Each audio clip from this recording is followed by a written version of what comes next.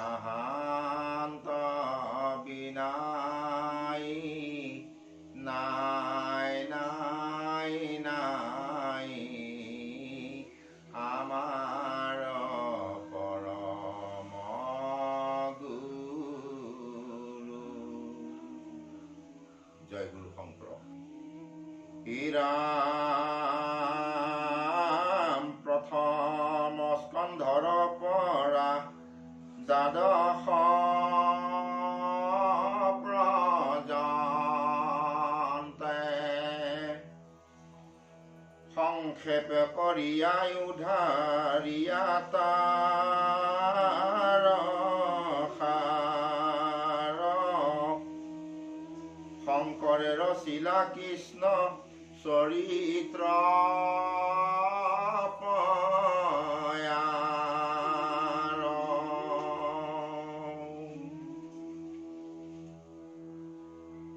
2800 সহস্ৰ ঋষি বেদত প্ৰধান বিষ্ণুৰ নমিষা ক্ষেত্ৰ মহাপুণ্য স্থান মান্য কৰি সূতক পাতিলা সত্ৰ তথা সৌনকৰ প্ৰমুখে শুনে ভাগৱত কথা। কৃষ্ণ পৰম শ্ৰদ্ধাৰ বৈকুণ্ঠ পাৰিষদ সদৃশ গুৰুমতী বাপ তথা আইমাতৃ হ'ব, আমি আপোনাৰ খবৰ চৰণৰ দাস জয় জয়তে সবাৰ চৰণত আমাৰ ভক্তি ভৰা সেৱা নিবেদন কৰিছোঁ। আৰু আমি আজি আপোনাৰ খবক জনাবলৈ পাই সুখী হৈছোঁ কি এয়া বৈকুণ্ঠ শাস্ত্ৰ মহাভাগৱত পাঠ আৰু প্ৰবচন অনুষ্ঠান আপোনাৰ খবৰ দাস শুকুৰাম ডেকাৰ জৰিয়তে আৰম্ভ কৰিব ওলাইছোঁ।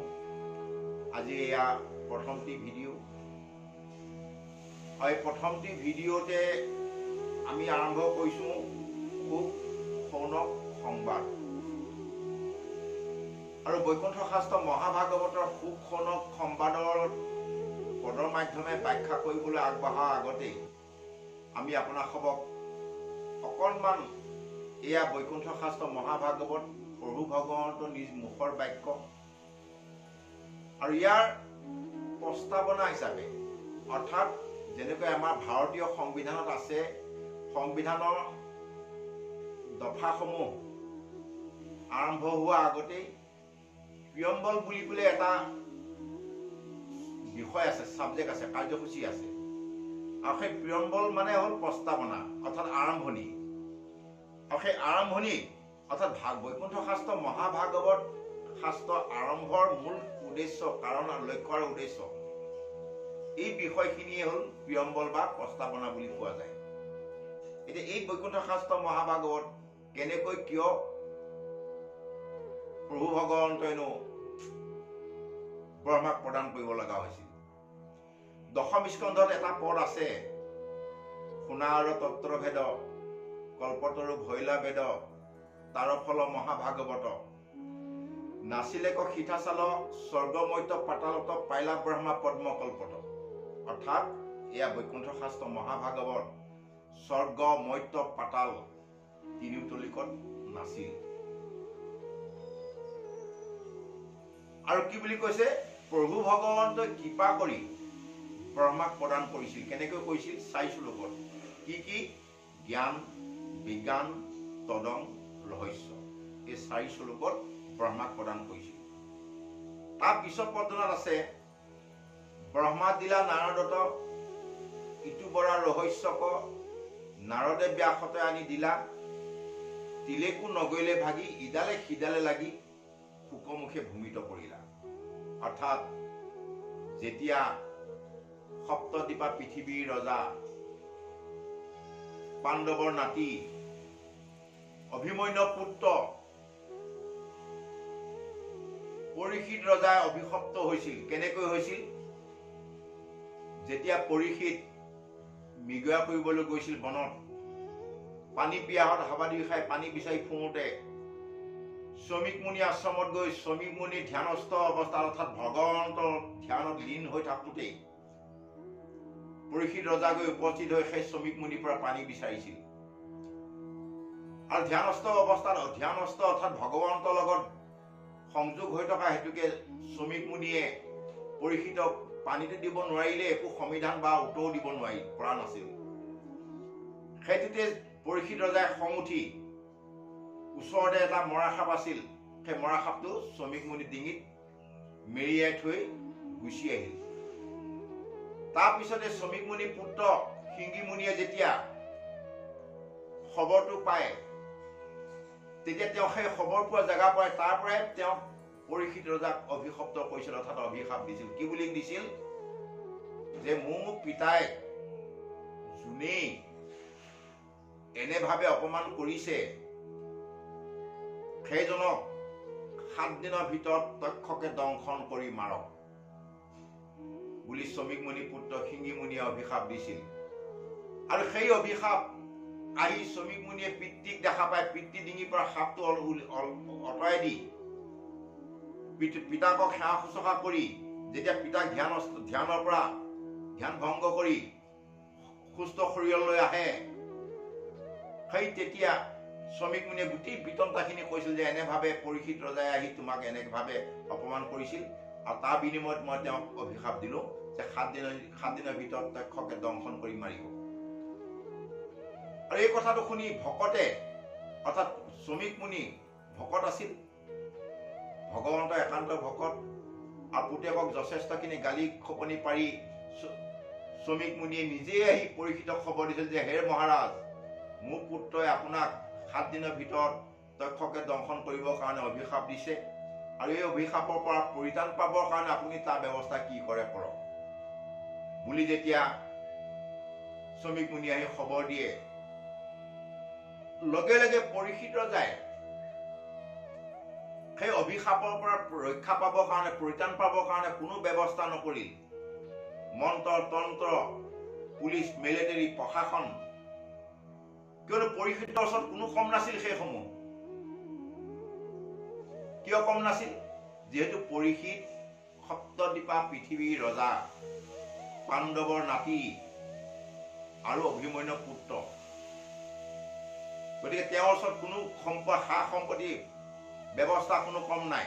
কিন্তু তৎসত্বেও পৰীক্ষিত ৰজাই পোনে পোনে ৰাজ্যধন সমস্ত ত্যাগ কৰি লগে লগে গংগা তীৰলৈ গৈ আপোনাৰ খবৰ দৰে একান্ত ভকতসকলক একত্ৰিত কৰি গংগা তীৰত সেইসকলৰ পৰা পৰামৰ্শ বিচাৰিছে যে সেই গুৰুবাব সমস্ত,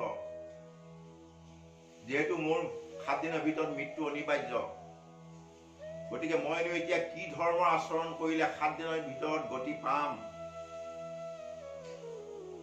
সেই বিষয়ে মোক আপোনাসৱে জ্ঞান দিয়ক। তেতিয়া বিভিন্ন মুনিয়ে বিভিন্ন ভকতে বিভিন্ন প্ৰকাৰে পৰামৰ্শ আগবঢ়াইছে। কোনোৱে কৈছে তপ কৰা, কোনোৱে কৈছে যজ্ঞ কৰা, কোনোৱে কৈছে তীৰ্থ ভ্ৰমণ কৰা, কোনোৱে কৈছে দান কৰা, কোনোৱে কৈছে পূজা কৰা। কিন্তু এই সংসাৰত এনে এটা ধৰ্ম নাই যিটো ধৰ্মই নেকি 7 দিনৰ ভিতৰত গতি দিব পাৰে।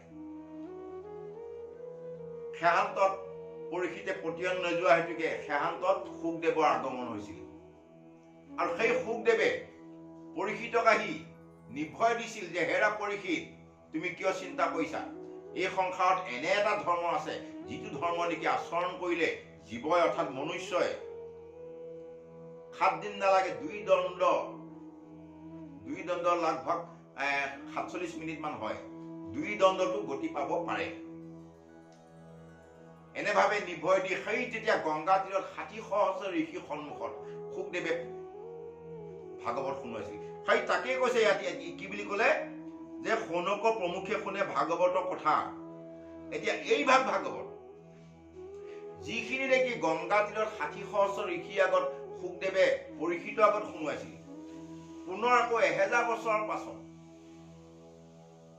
উগ্ৰশ্ৰৱা সুতে শৌনককে প্ৰমুখ্য কৰি 28 সহস্ৰ ঋষিৰ সন্মুখত এই ভাগৱত শুনাইছে। সেই ভাগৱত এতিয়া আমাৰ মাজত বৰ্তমান পাঠ কৰিবৰ কাৰণে ওলাইছোঁ। এতিয়া সেই আমি এয়াই হ'ল, তাৰমানে ইয়াৰে বুজা যায় এয়া বৈকুণ্ঠ শাস্ত্ৰ মহাভাগৱত সমস্ত জীৱ জগতৰ কল্যাণকামী শাস্ত্ৰ। অৰ্থাৎ জীৱক যদিহে জীৱই সদ্গতি ইচ্ছা কৰে, জীৱৰ সদ্গতি অৰ্থাৎ মুকুতি বাঞ্ছা কৰে, তেতিয়াহ'লে ভাগৱতৰ অবিহনে অন্য কোনো ধৰ্মই অন্য কোনো কৰ্মই জীৱক সদ্গতি দিব নোৱাৰে বুলি ভাগৱত কৈছে। ইয়াতে কৈছে আমাক যে প্ৰথম স্কন্ধৰ পৰা দ্বাদশ অৰ্থাৎ দ্বাদশ স্কন্ধলৈকে শুকমুনিয়ে ৰজাক যিখিনি কৈছিল সেইখিনি কথা এতিয়া বৰ্তমান মই তোমালোকৰ আগত কম। তাকে কৈছে যে বিষ্ণুৰ নমিষা 2800 সহস্ৰ ঋষি বেদত প্ৰধান বিষ্ণুৰ নমিষা ক্ষেত্ৰ মহাপুণ্য থান। উগ্ৰসভা সুধে কৈছে সনককে প্ৰমুখ্য কৰি 28 সহস্ৰ ঋষি যে হে গুৰু বা সমস্ত। এনেভাৱে শুকদেৱে পৰীক্ষিতক বৈকুণ্ঠ শাস্ত্ৰ মহাভাগৱত শুনোৱাৰ পাছত যেতিয়া নেকি তেওঁসকলে সমস্ত জগতৰ সন্মুখত পৰীক্ষিতে পাৰিষদী তনু লৈ অৰ্থাৎ চতুৰ্ভুজ ৰূপ লৈ যেতিয়া নেকি বৈকুণ্ঠলৈ গমন কৰিছিল, তেতিয়া সেই 28 সহস্ৰ ঋষিয়ে পুনৰ আকৌ উগ্ৰসভা সূতৰ মুখে ভাগৱত শুনিবৰ কাৰণে অনুৰোধ কৰিছিল। অনুৰোধ কৰোঁতে কি বুলি কৈছে যে মান্য কৰি সূতক পাতিল সত্ৰ তথা সৌনক প্ৰমুখে শুনে ভাগৱতৰ কথা। অৰ্থাৎ সূত বুলি ক'ব যাওঁতে এতিয়া অপবিত্ৰ সূত বুলি কোৱা যায়। যিজনাক সূতক গছৰ ছায়াটো পবিত্ৰসকল, যিসকলে নিজকে নিজে ভাবে আমি পবিত্ৰ বুলি, তথাকথিত যিসকল নেকি উচ্চ শ্ৰেণী উচ্চ জাতীয়, সেইসকল অপবিত্ৰ বুলি গণ্য কৰে। কিন্তু এতিয়া ভাগৱতে কৈছে যে কোনো জাতি নাই। ভাগৱতে কৈছে যে সমস্ত যিজনে যেই ভগৱন্তক চিনি পায়, অৰ্থাৎ জাতি 4টা মনু সংহিতাত পোৱা যায়।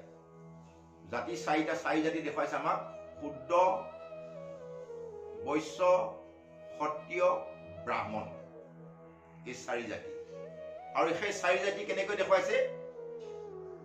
জন্ম জাতিয়ে শুদ্ধ, অৰ্থাৎ জন্ম হোৱাৰ লগে লগে আমি জন্ম হওঁতে আই গৰ্ভত 10 মাহ 10 দিন তেজে পুজে গুৰে মুঠে লুটি পুটি হৈ 10 মাহ 10 দিন প্ৰত্যেকেই আমি বাস কৰি আহিছো। ইয়াত কোনোবা এজন উচ্চ জাতিয়ে মাকৰ গৰ্ভত এচি ৰুমত থাকি আহিছে নেকি? নাই। সকলোৱে আমি 10 মাহ 10 দিন মানে নৰকুণ্ডত অৰ্থাৎ মা গৰ্ভত তেজে পুজে লুটি পুটি হৈ গুৰে মুঠে অপবিত্ৰ স্থানত আমি সংকুচিত অৱস্থাত কটাই আহিছো 10 মাহ 10 দিন। আমি প্ৰত্যেকেই, লাগিলে উচ্চ জাতিয়ে হওক কিবা একে নিম্ন জাতিয়ে হওক, আমি সকলো একেই। গতিকে কৈছে জন্ম জাতিয়ে শুদ্ধ, তাৰমানে জন্ম সময়ত জন্ম হওঁতে আমি সকলোৱে অপবিত্ৰ। জন্ম জাতিয়ে শুদ্ধ, সংস্কাৰে দ্বিজ। সন্তানটো কেঁচুৱাটো জন্ম হোৱাৰ লগে লগে প্ৰত্যেক জাতিয়ে নিজৰ নিজৰ জাতি প্ৰথা অনুযায়ী যাৰ যেনেকুৱা, আমি কাকো নিন্দা কৰা নাই বা কাকো প্ৰশংসা কৰা নাই, যাৰ যেনেকুৱা নিয়ম সেই নিয়ম অনুযায়ী কি কৰে, সন্তানটোক নিজৰ অৰ্থাৎ শুদ্ধিকৰণ কৰে। কোনে কোনে ক'ব গ'লে সংস্কাৰ কৰি লয়, সংস্কাৰে দ্বিজ।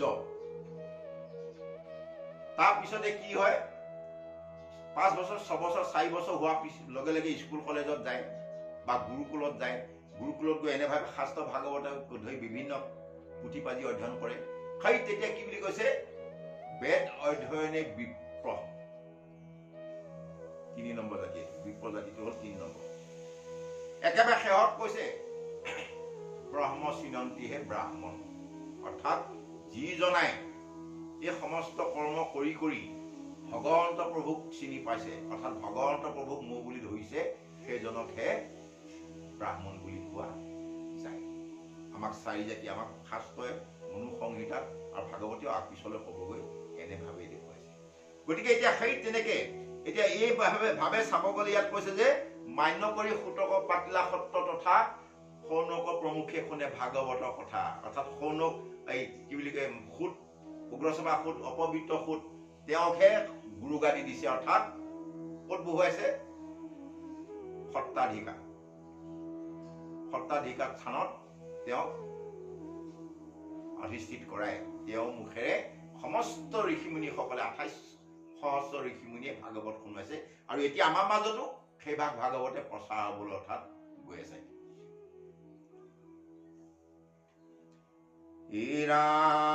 ৰাম শৌনক বদতি শুনা সুত মহামানী পৰম পাতকী কলি পাইলেহে নজানি আৰম্ভিলো যজ্ঞ 80 সহস্ৰ বৎসৰ হোম ধূমে ধূম্ৰবৰ্ণ হৈল কলে বৰ।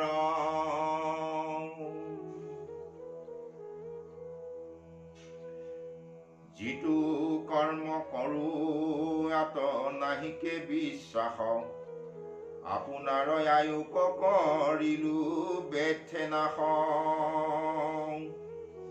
সম্প্ৰতি তুমি চিন্তিয়ুক মহাহিত কৰায়ুকৰ প্ৰাণ কৃষ্ণ চৰিত্ৰ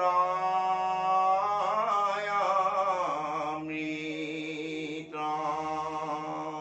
কৃষ্ণ প্ৰভুসকল, এয়া সুন্দৰভাৱে শৌনক মুনিয়ে 28 সহস্ৰ ঋষিকে প্ৰমুখ্য কৰি শৌনকে সেইজনা সুগুৰু উগ্ৰসভা সুতক চৰণত পৰি অনুৰোধ জনাইছে যে হে গুৰুবা, হে প্ৰভু, আমি বিভিন্ন প্ৰকাৰে বিভিন্ন কৰ্ম কৰি যজ্ঞ কৰি সহস্ৰ বছৰ খেদিলো আৰু সেই সহস্ৰ বছৰ যজ্ঞ কৰ্ম কৰোঁতে কৰোঁতে যজ্ঞ ধোঁৱাই সৈতে আমাৰ গোটেই শৰীৰটো গাৰ বৰণ ধোঁৱা বৰ্ণ হৈ পৰিল। অৰ্থাৎ এতিয়াও আপোনাক সবে চাব ভাওনাবিলাকত ঋষিমুনিসকলৰ দাড়িৰ ৰং সদায় তাম্বৰণীয়া। ঋষিমুনিসকলৰ দাড়িৰ ৰং তাম্বৰণীয়া কিয়? সেয়া তাৰমানে যজ্ঞ ধোঁৱাই সৈতে তেওঁলোকৰ ধোঁৱাবিলাক দাড়িবিলাক গোটেইবিলাক মুগা বৰ্ণ তাম্বৰণীয়া হৈ গ'ল।